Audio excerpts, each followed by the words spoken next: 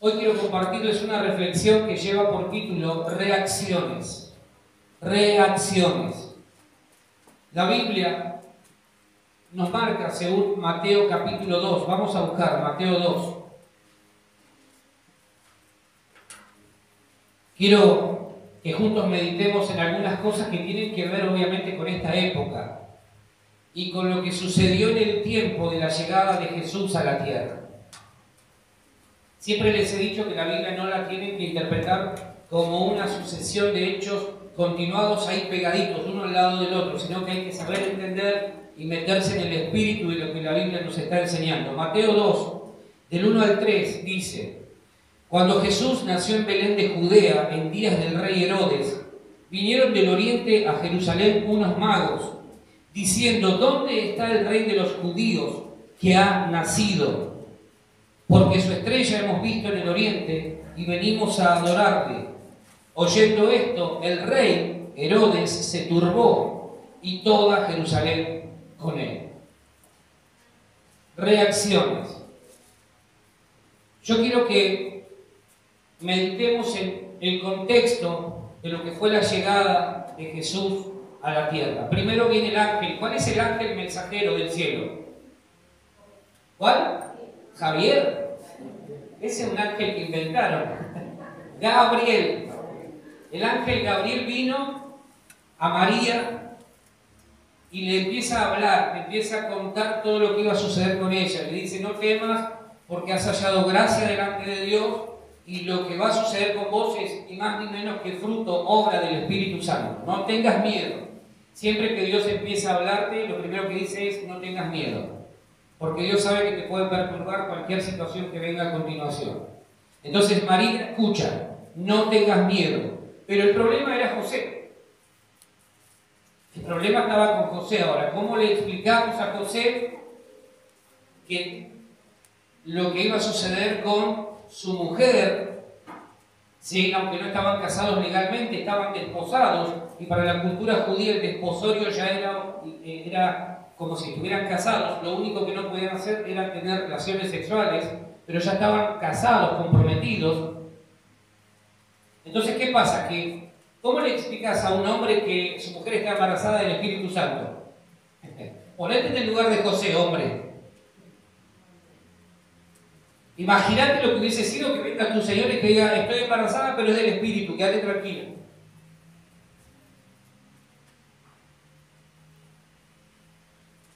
¿Vieron que hay que tomarse el tiempo para meterse en la historia? Yo sé que ninguna acá hubiese reaccionado mal, la mayoría hubiese dicho amén, gloria a Dios, qué notición que me acabas de dar, conforme al Señor se haga. La mayoría hubiese pasado la crisis que pasó José. ¿Cómo es que puede suceder esto? Y Dios le empieza a hablar a José también, porque Dios, cuando quiere hacer algo, Dios acomoda todas las piezas conforme a su plan. Y Dios empieza a hablarle a José y le empieza a decir también, a enumerar lo que va a suceder con su mujer, y empieza a decirle qué es lo que tiene que hacer.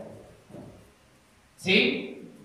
Una de las menciones del ángel es que le dice en unos versículos antes, en el capítulo 1, versículo 21, le dice: y ella, María, dará a luz un hijo y llamarás su nombre Jesús. ¿Por qué? Porque él salvará a su pueblo de sus pecados. Ahí Dios le está hablando a José y le está dando órdenes.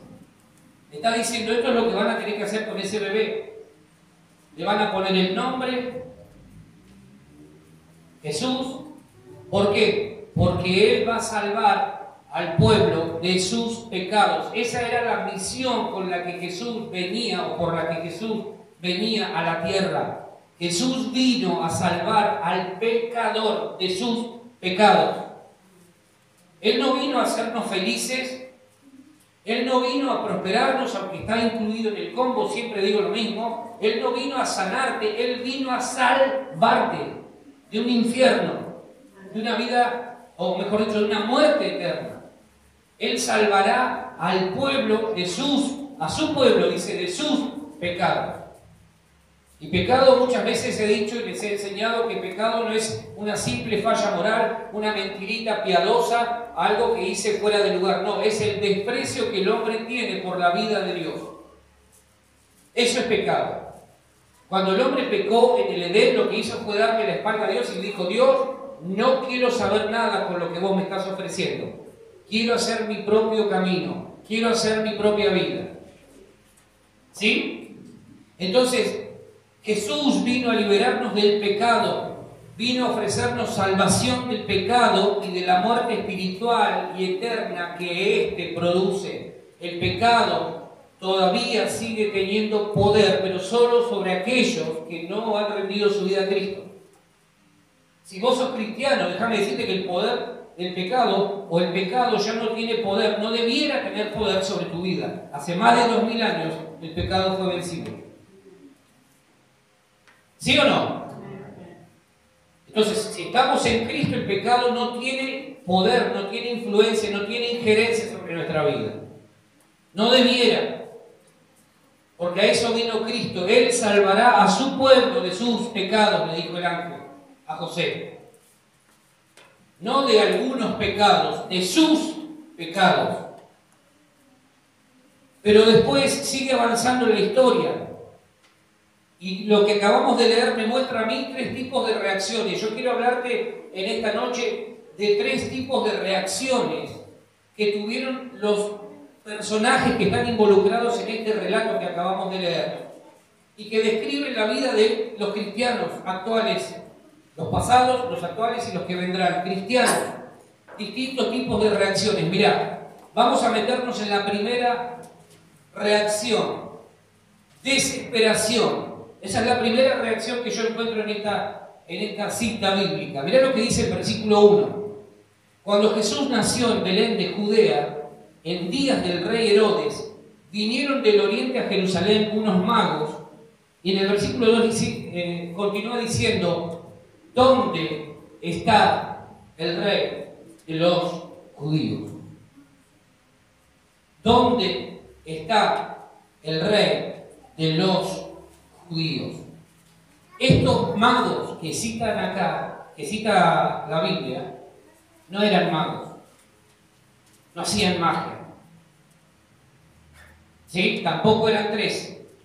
Tampoco dice la Biblia que eran Melchor, Gaspar y Baltasar. Estamos matando las ilusiones de los pequeños acá.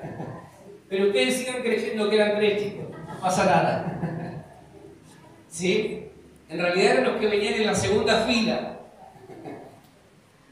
La Biblia no dice que eran 3, es más, hasta se supone, se estipula o se estima que era una gran cantidad, eran mucho más que 3. ¿Sí? No eran magos, o mejor dicho, estos magos no hacían magia, no es que eran adivinos o algo así. El gran tema acá es que ellos se dedicaban a la astronomía, estudiaban los astros del cielo, y para aquella época se los consideraba casi como videntes. ¿Sí? Ellos podían ver y predecir el futuro con lo que veían en el cielo, veían las estrellas. Es como los que estudian hoy los fenómenos en el cielo. ¿Alguna vez escucharon de esos fenómenos?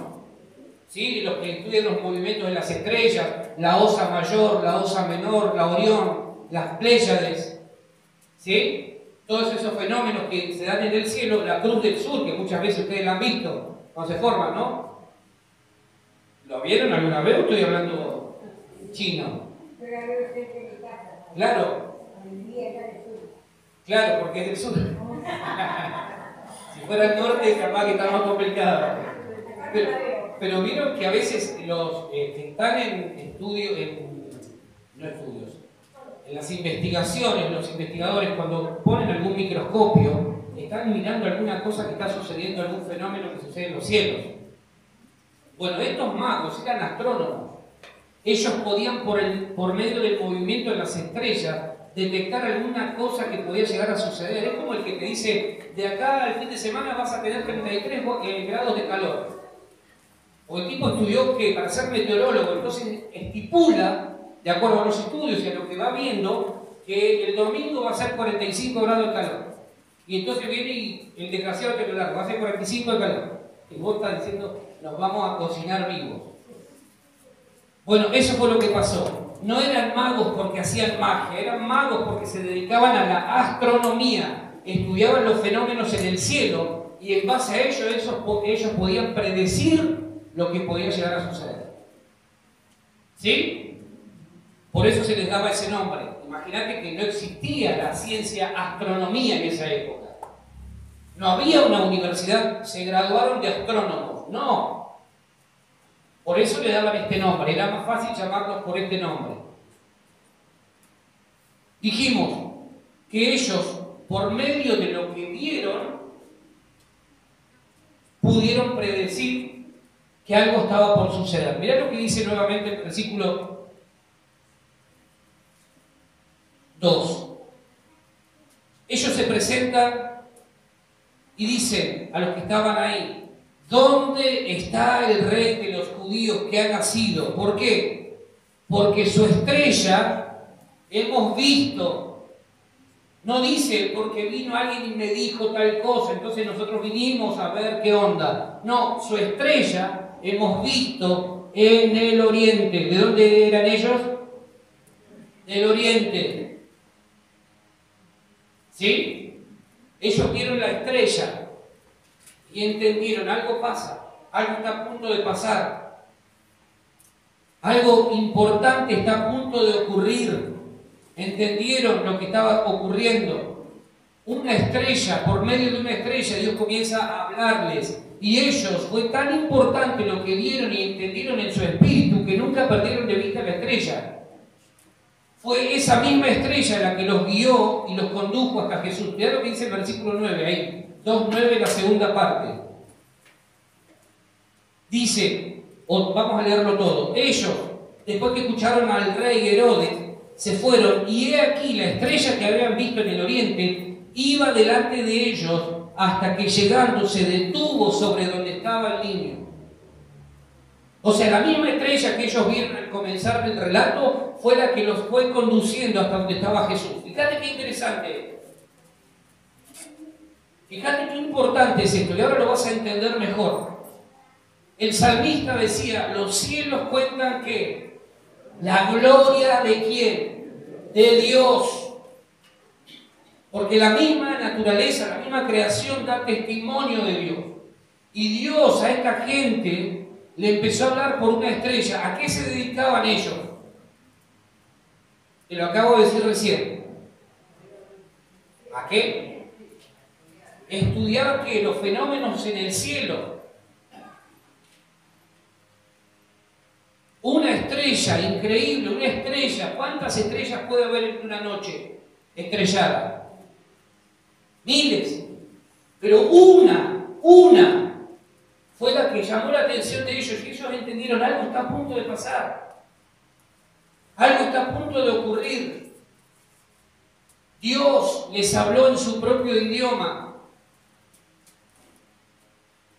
Dios habla en el idioma que hablas vos. Vos querés saber qué te está diciendo Dios, presta atención. Presta atención porque Dios te está hablando todo el tiempo. Dios habla en el idioma que hablas vos. A estos tipos estudiaban los fenómenos en el cielo y dijo Dios, les voy a hablar por una estrella. Van a entender, porque tienen la capacidad, están preparados, están entrenados para saber qué es lo que quiero decirles. ¿Sí? Fíjate qué interesante que es esto. Ellos conocían de astros, estrellas y demás. Entonces Dios dijo, me voy a comunicar con ellos en el idioma que hablan ellos. Saben de estrellas, van a saber interpretar lo que les quiero decir. ¿Sí? Amén. ¿Estás entendiendo? ¿Estoy diciendo claro? Dios te va a hablar en el tiempo que viene en tu idioma cotidiano. Gracias por la alegría. Vas a estar colocando un aire y va a venir Dios y te va a decir, yo soy el aire que te da vida. Si estás vivo es porque hay aire en tus pulmones. Yo soy el aire que te da vida. Vas a estar arreglando un motor y va a venir el Espíritu Santo y te va a decir, Yo quiero ser el motor de tu vida. Porque Dios habla en lo cotidiano nuestro. ¿Cómo habla Dios? Y estamos esperando que un ángel baje y nos diga, dice Dios, hijo mío, presta atención. Dios te habla en lo cotidiano con lo que estás haciendo. Vas a estar en el jardín y vas a abrazar a un niño y Dios va a venir y te va a decir, así te veo yo, como mi niño, como mi hija, como mi niña. Quiero abrazarte. Va a estar en la huerta de ahorita y Dios le va a hablar y le va a decir, vení a mi jardín, donde hay abundancia de todo, el Edén. Porque Dios te habla con lo cotidiano. El problema es que estamos tan aturdidos por lo que sucede alrededor que no podemos escuchar a Dios. No podemos entender lo que Dios está hablando en este tiempo. A estos tipos Dios, si le hablaba en otras cosas o con otro idioma, capaz que no lo hubiesen entendido. A estos magos, si Dios les hablaba de otra manera, capaz que no entendían. Pero vino Dios y dijo, a ver, ¿qué son estos? Ellos estudian los fenómenos en el cielo. Les voy a hablar con una estrella. Les voy a marcar a través de una estrella hacia dónde tienen que ir.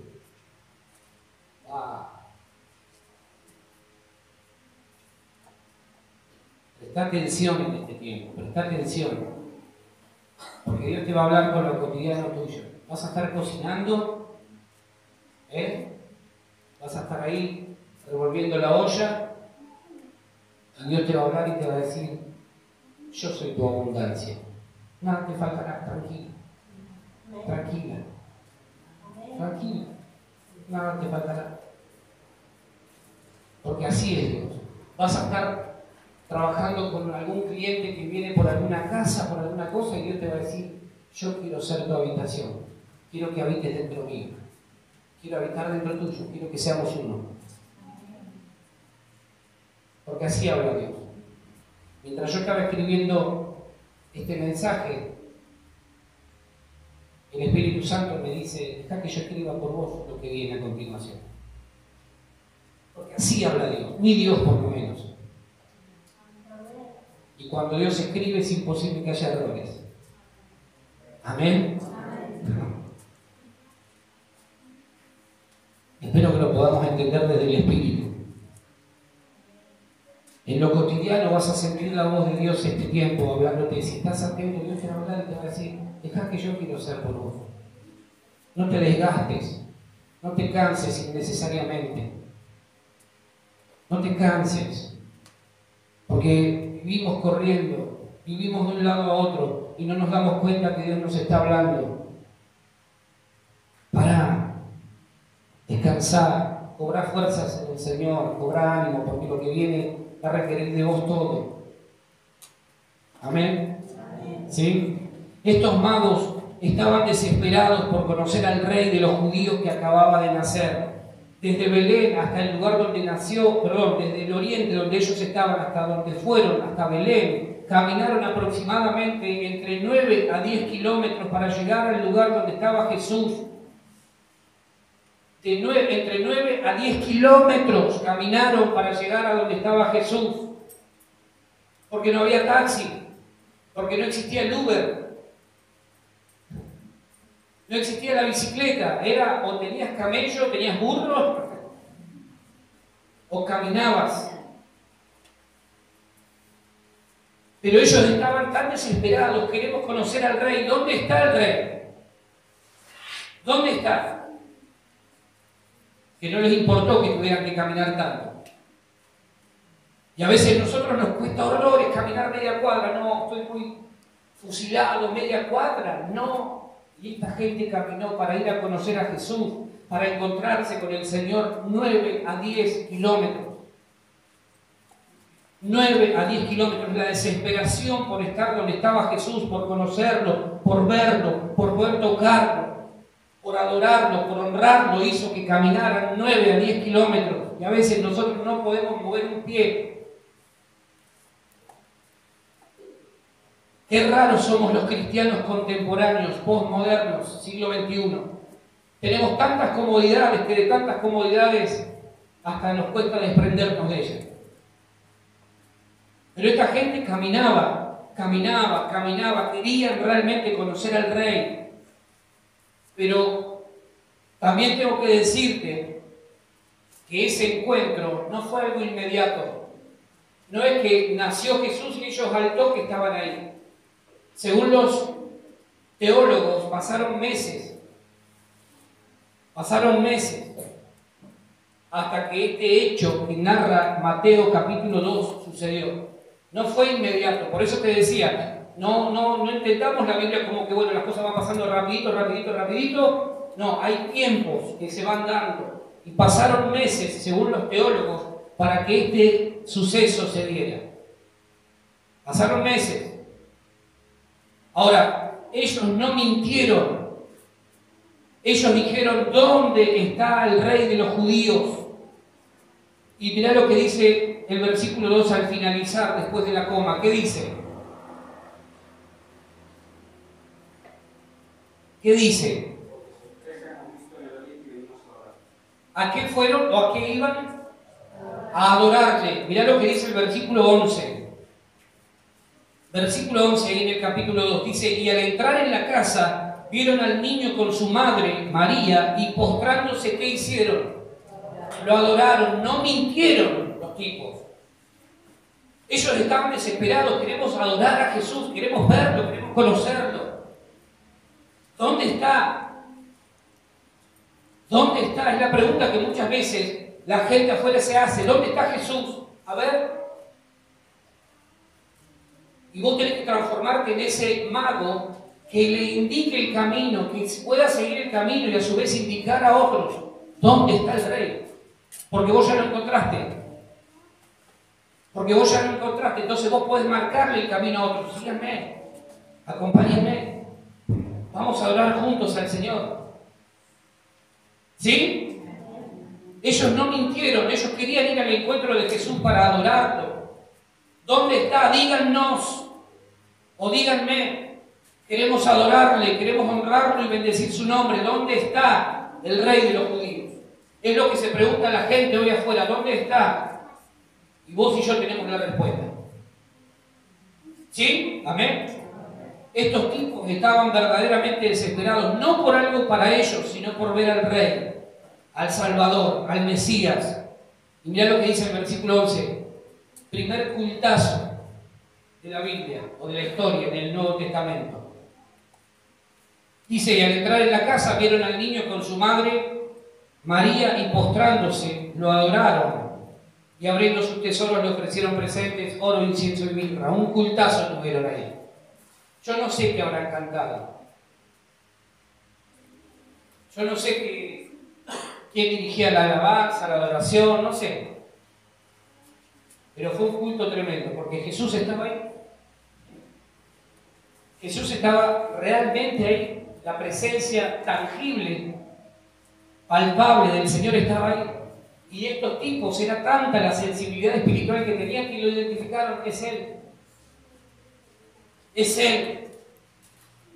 Y dice que empezaron a adorar. Yo no sé qué canción habrán cantado. ¿Te pusiste a pensar alguna vez? Noche de paz. Venid fieles todos. Yo calculo que esa la habrán cantado mientras iban a Belén, ¿no? Venid fieles todos, a Belén marchemos. Pero adoraron. Los magos ven al niño en el pesebre junto a su madre, se postran y comienzan a adorarlo. Pero además tienen otra actitud, hacen algo más, ofrendan de sus tesoros. Los tipos, era tanta la sensibilidad espiritual que tenían que se habían llevado sus tesoros con ellos, consigo. 3 cosas le entregan al Señor: oro, incienso y mirra, dijo uno. No, birra no, mirra, no te hagas. Mirra con M, no con B.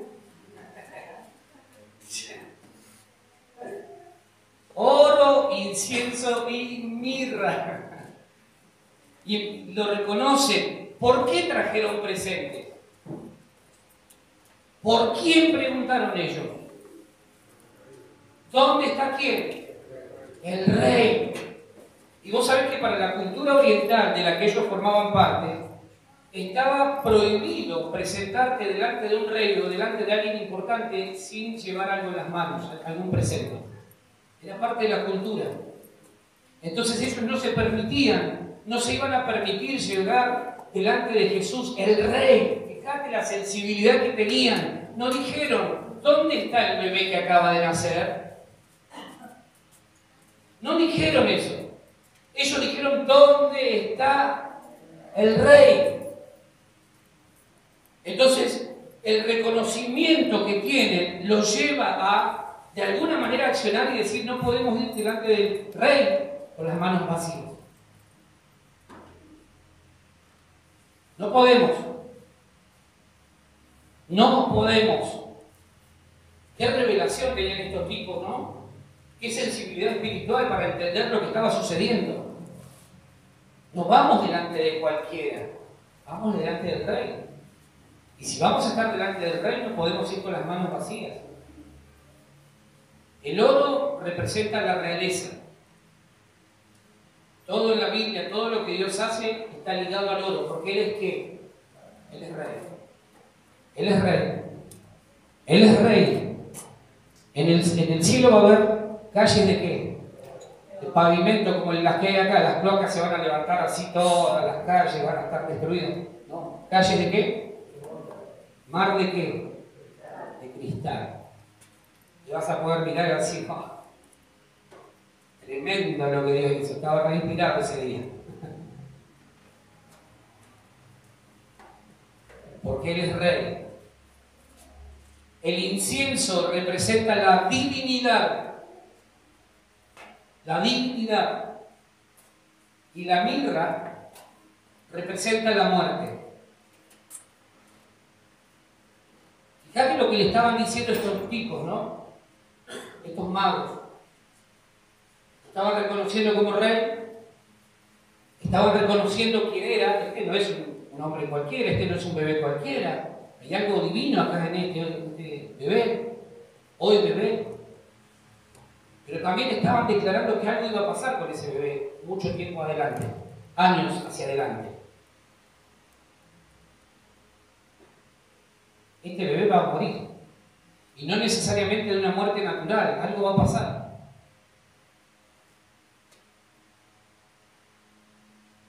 ¿Sí? ¿Estoy diciendo claro? Fíjate la revelación y la sensibilidad espiritual de esta gente. Fíjate lo que estaban haciendo. ¿Qué es lo primero que le presentan o las mujeres? ¿Qué es lo que derraman sobre el cuerpo de Jesús cuando van al sepulcro? ¿Qué? Mirra. Especias aromáticas, dice mirra. Incienso. Llevaban todo eso para ungir el cuerpo de Jesús. Los magos, ya cuando le presentan eso, ese primer momento, estaban declarando lo que iba a suceder con la vida de Jesús.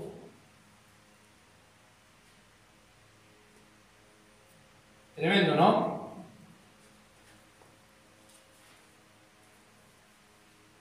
Fíjate que lo llevaron en sus tesoros. No es que improvisaron, ellos ya lo llevaban. Llevaban sus tesoros con ellos mismos. Estaban desesperados por conocer al rey. Estaban desesperados por conocer al rey de los judíos, que después se iba a transformar en el rey de toda la humanidad. Anotate esto por ahí si querés. Tu nivel de honra y entrega al Señor está determinado por la revelación que tengas acerca de quién es Él. Tu nivel de honra y entrega al Señor está determinado por la revelación que tengas acerca de quién es Él. Porque esta gente podría haber dicho, juntemos algo así nomás, y total. ¿Por qué vamos a llevar oro? ¿Por qué vamos a llevar incienso? ¿O por qué vamos a llevar mirra? Llevemos algo así nomás, una ofrenda así nomás. No, la pensaron. La pensaron, la revelación que ellos tuvieron. ¿Qué es revelar? es que se te quite el velo, que se caiga el velo, es ver lo que antes no veía. Entonces ahora veo, y lo que veo es que hay un rey. Este no es un rey cualquiera. Entonces, como es un rey, yo le voy a dar lo mejor. Le voy a entregar lo mejor. Pero eso tiene que ver con la revelación que vos y yo tengamos de quién es Cristo. Si nosotros vemos en Cristo solamente alguien que, bueno, quiere mejorarnos un poquito la vida, entonces no va a pasar absolutamente nada en relación a lo que hicieron estos magos. Nos vamos a conformar con entregarle algo de nuestra vida, nada más. Pero si nosotros entendemos que estábamos muertos en nuestros delitos y pecados y vino Cristo, primero vino Jesús a nacer en un pesebre, siendo Dios, se hizo hombre, fue a la cruz, nos rescató, nos redimió de la maldición eterna que el pecado traía y tenía sobre nuestras vidas, entonces nosotros no vamos a dudar en entregar todo y en honrarlo al Señor de la mejor manera posible mientras vivamos. Porque vamos a entender, yo estaba muerto. ¿De qué me puedo jactar? Si yo estaba muerto, estaba perdido. Si no hubiese sido porque Jesús vino, yo estaría perdido. Entonces, ¿le voy a negar algo al que lo dio todo por mí? No, imposible. Imposible que yo tenga otra actitud. Ellos no dijeron dónde está el niño, ellos preguntaron dónde está el rey. Queremos adorarlo, queremos adorarlo. ¿Cuál es nuestra actitud? ¿Estamos desesperados por conocer más y más del Señor? ¿Nos interesa saber más? ¿Quién es? ¿Dónde está? ¿O buscamos simplemente actuar así nomás y pasar el momento? ¿Buscamos honrarlo con lo mejor de nuestros tesoros? O simplemente le ofrecemos, bueno, hay algo que improvisamos en el momento. Y no estoy hablando de dinero, estoy hablando de nuestra vida. ¿Cuánto tiempo le ofrendamos al Señor? ¿Le damos lo mejor de nuestro tiempo o le damos las migajas del tiempo? Eso tiene que ver con el nivel de revelación que tengamos acerca de quién es Él. Cuando entendamos que Él es Señor y Él es Rey, y eso no está en discusión, entonces Él va a tener lo mejor de cada uno de nosotros. Amén. Primera reacción, desesperación. La segunda reacción que yo veo es preocupación. Versículo 13. Dice, oyendo esto, el rey Herodes se turbó y toda Jerusalén con él. Herodes, el rey, Herodes el Grande, así se llamaba este rey. Era un tipo bastante pesado, porque a la mínima sospecha de que alguna cosa podía llegar a atentar contra su reinado, él no tenía ningún pudor, el tipo iba, cortaba cabezas a quien fuera.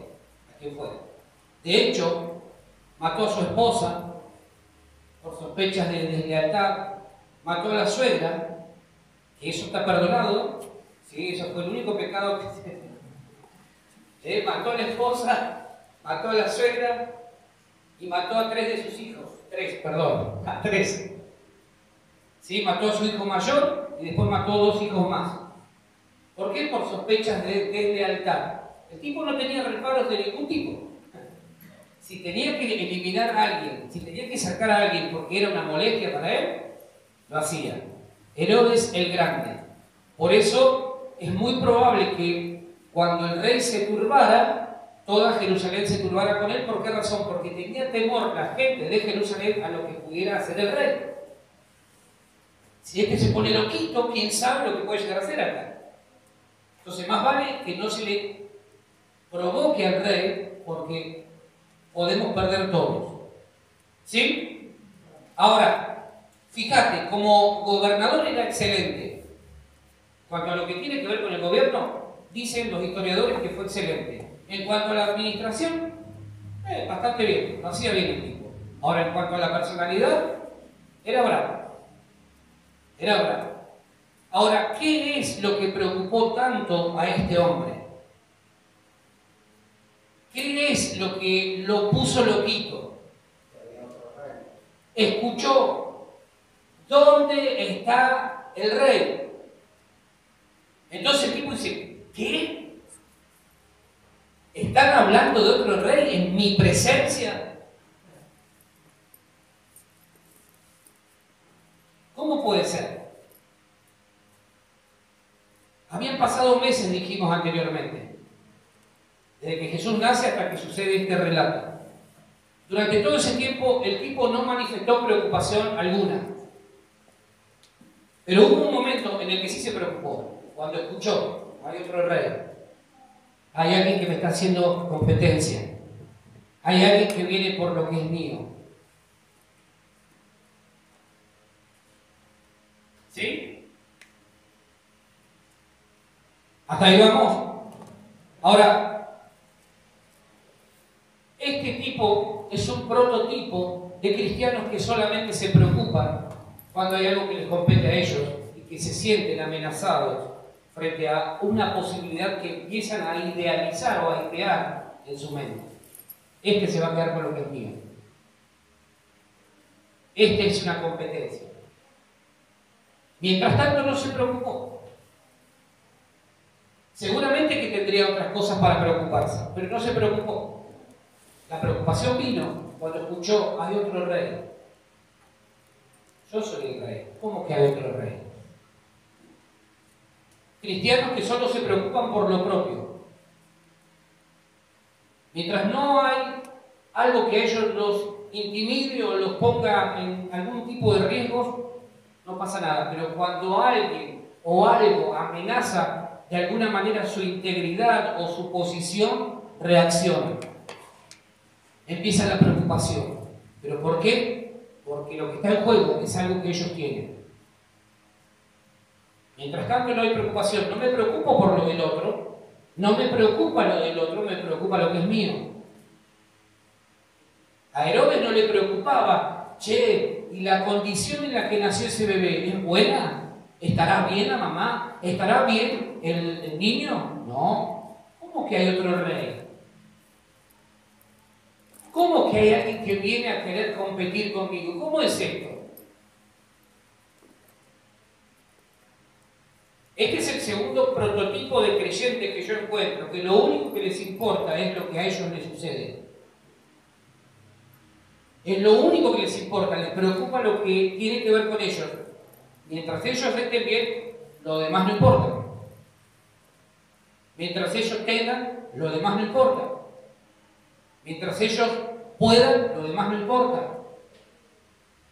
Pero cuando alguien empieza de repente a querer asomar un poquito, dice, ¿cómo es posible?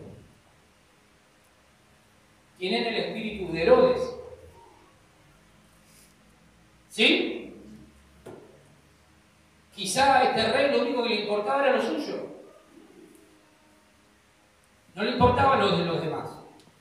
De hecho, él estaba tratando de ganarse a los judíos, porque él no era de ese lugar, él era de Edomita. Era de otro lugar y estaba tratando de congraciarse con los de ese lugar para ganárselo. Entonces imagínate, ahora se sumaba a alguien que él consideraba competencia. Muchos cristianos piensan así. Mientras yo esté bien y nadie me moleste, no me importa absolutamente más nada. Herodes, el espíritu de Herodes, el grande. Personas que están llenas de autosuficiencia, que se viven sintiendo omnipotentes, solo preocupados por lo de ellos y nada más, afanados por sus cosas personales. Lo único que me importa es lo mío, lo único que me preocupa es lo mío, lo único que me interesa es que yo prospere, los demás que revienten. ¿Sí? Mírenme a mí, no se distraigan, por favor. ¿Sí? Lo único que me importa es estar bien yo, arréglesela como pueda. Eso es el espíritu de Herodes. Antes, hasta que escuchó ahí que había otro rey, no había ninguna situación que debiera atender.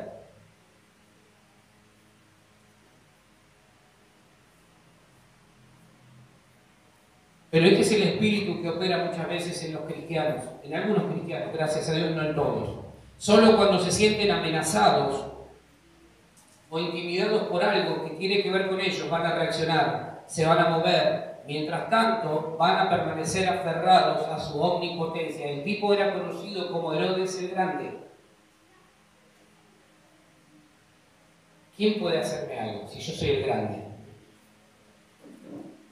¿Quién puede siquiera tratar de molestarme si yo soy grande, si yo todo lo puedo, si yo soy omnipotente?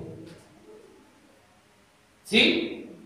¿Quién se va a atrever a levantar el dedo en mi contra? Los Herodes de estos días son aquellos que confían demasiado en sí mismos, en sus capacidades y actúan independientes de Dios. No tendrán reparo alguno en intentar matar todo aquello que es nacido de Dios. Escúchame esto. Los Herodes de estos tiempos lo que buscan es matar todo lo que ha nacido de Dios.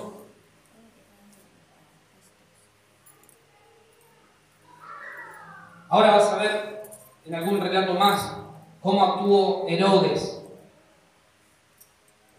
Pero tenemos que estar atentos, tenemos que tener cuidado, tenemos que estar despiertos. Son tiempos difíciles y hay gente comisionada por el mismo infierno para matar todo aquello que es nacido de Dios. Entonces no tenés que tener temor, tenés que estar alerta, despierto. Velad y orad. Velad significa no hacer vigilia, significa estar alertas, despiertos, con los sentidos espirituales bien ágiles, para poder detectar cuando hay alguien que quiere venir a hacer daño. ¿Sí? Amén. Estemos despiertos. O sea, lo último, la grandeza humana sigue siendo demasiado pequeña frente a ese pequeño bebé envuelto en pañales que demuestra la grandeza de Dios. Herodes el Grande se sintió así, por un bebé que había nacido hacía un tiempito y que de alguna manera venía a incomodarlo. Siempre lo que es nacido de Dios va a incomodar lo que es naturaleza humana pura. Si vos estás viviendo en el Espíritu de Dios, si tu vida incomoda a otros que están viviendo así nomás, vas bien encaminado, vas por buen camino. Pero si tu vida no está generando nada, ningún tipo de reacción, entonces tenemos un problema.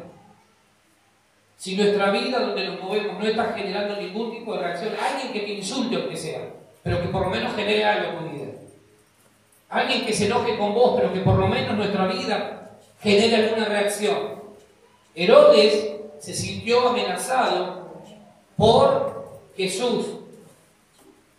Generó una reacción, se preocupó Herodes. Los Herodes de este mundo siempre serán demasiado pequeños frente a la grandeza del Dios de los cielos. Por eso vos no tenés que ir a golpearle la puerta a ningún político. Este era político. Además de ser rey, bueno, era político. Porque los Herodes de este mundo son chiquititos en comparación con el Dios que está sobre nuestra vida. ¿Amén? No confíes en tu capacidad, la vas a pasar mal. Deja de preocuparte solo por lo tuyo. Empezá a mirar a tu alrededor y empezá a ocuparte de la gente que está mal. Ayer me llamó un hombre que vio el programa el fin de semana, es de acá de Roca. Ayer me llamó y me dice, pastor, ¿podrá, dice, ayudarnos a mí y a mi señora? Son personas mayores, ya no sé qué edad tienen. Dice, ¿nos podrán ayudar con alimentos? Porque dice, no tenemos plata, no tenemos nada. Y viene Navidad, viene Nochebuena, dice, no tenemos absolutamente nada, quedamos de ir mañana. Y acá de Roca, yo hasta ahora les había contado historias de gente de otros lugares, bueno. Una persona que el fin de semana vio el programa y pidió ayuda. ¿Sí? Yo no puedo trabajar, dice, soy una persona que tiene un problema en la columna, me dijo, mi esposa tiene problemas de salud también, viven en una casa, allá arriba en Barrio Nuevo, una casa de madera. Vos sos rico. Vos sos rico. ¿Pasaste frío este invierno en tu casa? Hambre no veo ninguno que esté desnutrido acá. los veo algunos bastante abundantes, ¿eh? Ya no es templo, ahora es catedral en algunos casos, ¿viste? Se va ampliando el templo. Los veo bien vestidos, los veo bien de salud. Algunos pueden tener una cosita, todos podemos tener una cosita, pero de 1 a 10 estamos 11. Y eso es gracias de tu familia está bien, tus hijos están bien. Son millonarios. Acá mismo en Roca tenés gente que la pasa mal. Necesita un caso. Hoy me volvió a escribir el hombre dándome la dirección. Entonces, cuando mañana te sientes en la mesa en la que vas a compartir con quien estés, si estás solo, no digas, ¡ay, estoy sola! Porque si no, no entendiste nada, perdimos tiempo hablando un mensaje como este. El gran Emmanuel significa Dios con nosotros, no con el vecino, Dios conmigo. Entonces nunca más digas me siento solo. Dios con nosotros. Dios con nosotros, el gran Emmanuel, Dios con nosotros estuvo y estará por siempre. Entonces, ¿sabes qué? Él va a poner pan en tu mesa, Él te va a dar abrigo, Él te va a dar todo lo que necesites. No te olvides de esto, deja de preocuparte por vos. No seamos como Herodes, que se preocupó solo cuando se sintió amenazado por otro rey. Se preocupó por lo suyo. Empecemos a mirar, hay gente alrededor, como este matrimonio que la pasa mal. Mañana vamos a ir en nombre de la iglesia. Y le vamos a llevar lo que tengamos y vamos a orar por ellos. Y vamos a bendecirlos. Pero ¿sabés qué es lo más triste? Que nos dijeron que eran creyentes.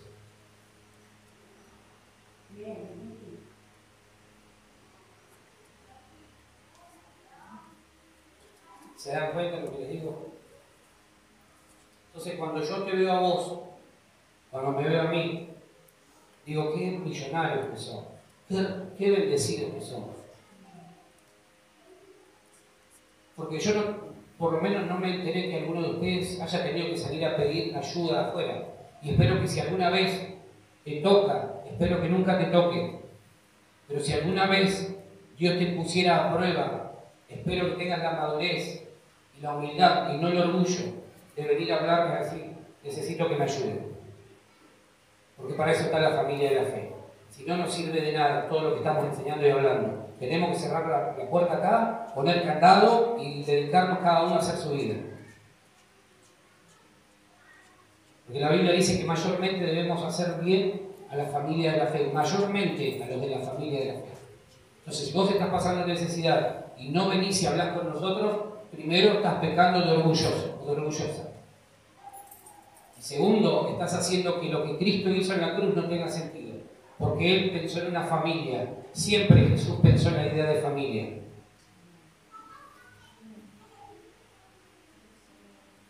Dejemos de mirarnos a nosotros mismos y empecemos a darnos cuenta que hay gente que realmente tiene preocupaciones reales. Vos estás bien, vos estás vivo. No veo que estés con alguna, alguna imposibilidad física. Estás bien, tenemos que cambiar acá. Estás bien, estás más que bien. ¿Sí? Amén. La tercera reacción que yo veo es indiferencia. Indiferencia. Mirá lo que dicen los versículos 4 al 6 de Mateo 2. Mateo 2, del 4 al 6 dice: y convocados todos los principales sacerdotes y los escribas del pueblo, les preguntó el rey dónde había de nacer el Cristo. Y estos le dijeron: allá en Belén de Judea, porque así está escrito por el profeta. Y tú, Belén de la tierra de Judá, no eres la más pequeña entre los príncipes de Judá, porque de ti saldrá un guiador que apacentará a mi pueblo Israel. Fíjate vos lo que sucede en este grupo de personas, escribas, y principales sacerdotes, los tipos que conocían la Biblia, Tenían toda la información, pero la guardaron para ellos mismos. Indiferencia total. Ellos sabían, ellos tenían datos, tenían toda la información de dónde iban a ser el rey de los judíos. Pero durante todo ese tiempo se llamaron a silencio. Este es el tercer grupo de cristianos que yo encuentro que están frente a Jesús. Tienen demasiada información, pero no la comparten con nadie. Saben cómo ser bendecidos, pero no la comparten con nadie. Saben de dónde Dios los sacó, pero no le dicen a nadie, por las dudas. Hacen silencio. Tienen tanta información, tienen tanta data que no la comparten con nadie. Tercer grupo de cristianos. El primero son los cristianos que están desesperados. Queremos conocer dónde está el rey, dónde lo podemos adorar, en qué momento nos vamos a reunir, en qué momento puedo buscar más, cómo hago para aprender más, dónde está el rey. Primer grupo de cristianos. El segundo grupo de cristianos son los Herodes, los que se preocupan solo por sus cosas, por lo propio. Y el tercer grupo de cristianos son los que son indiferentes. Tienen información, saben dónde la gente puede encontrar al rey, pero no lo comparten. Hacen silencio. Esta gente sabía. Cuando el rey les preguntó, ellos dijeron, allá van a ser. Porque así dice la Biblia. Está escrito, se va a cumplir. Sin embargo, durante todo ese tiempo ellos hicieron silencio. Ellos hicieron silencio, tenían tanta precisión acerca de cómo iba a ocurrir todo, pero no mostraron interés alguno, no solamente en ellos conocer más de Jesús, sino que además le negaron la oportunidad a otros de conocer a Jesús. Los cristianos indiferentes son aquellos a los que la religión les ha ido ganando el corazón. Son los que tienen demasiada información acerca del Mesías, pero no les interesa correr a ver y tocar personalmente el cumplimiento de lo escrito, y mucho menos les interesa compartir con otros lo que saben que va a suceder. Eso es religión. Ellos sabían, tenían datos, tenían precisión, pero no quisieron abrir la boca para compartir con otros. Vengan, acá van a ser el Salvador, vengan. Y eso es lo que corremos el riesgo de que suceda con nuestra vida, de acumular información y de creer que ya está todo, cuando en realidad tenemos tanta precisión que nos olvidamos que afuera hay gente que todavía no tiene data alguna acerca del Mesías.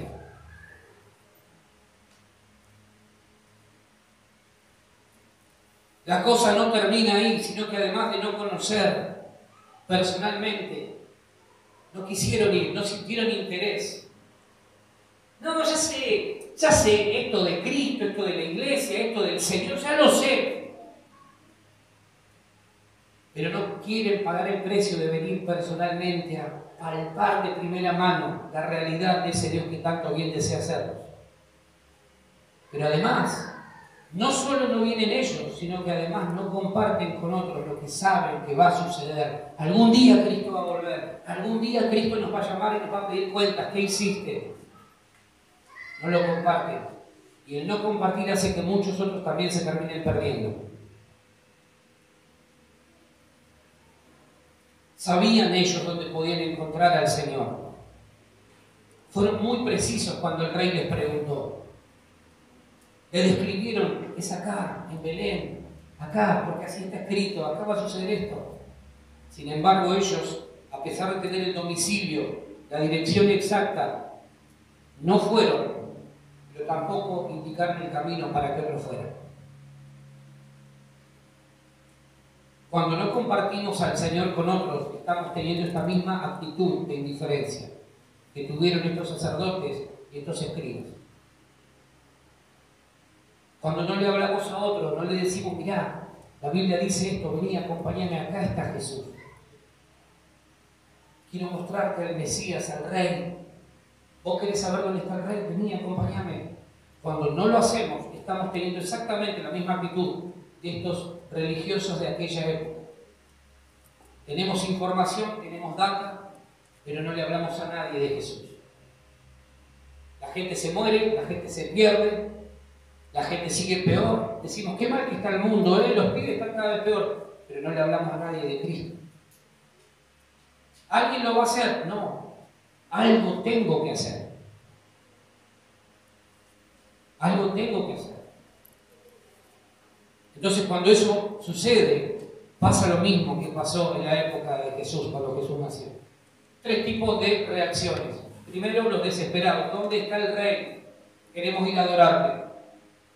El segundo, los que tienen el espíritu de Herodes, solo se preocupan por lo propio. Y lo tercero, los que son indiferentes. Tenemos datos, sabemos dónde hay que ir, pero no vamos a ir nosotros y además tampoco lo vamos a compartir. Oro a Dios para que este tiempo nos lleve a reflexionar de verdad y que el próximo tiempo vos y yo nos hagamos el desafío de compartir de verdad el Evangelio a otros. Dejemos de ser indiferentes, dejemos de preocuparnos. Oro para que todos hoy salgamos eyectados por el Espíritu de Dios para ser los primeros.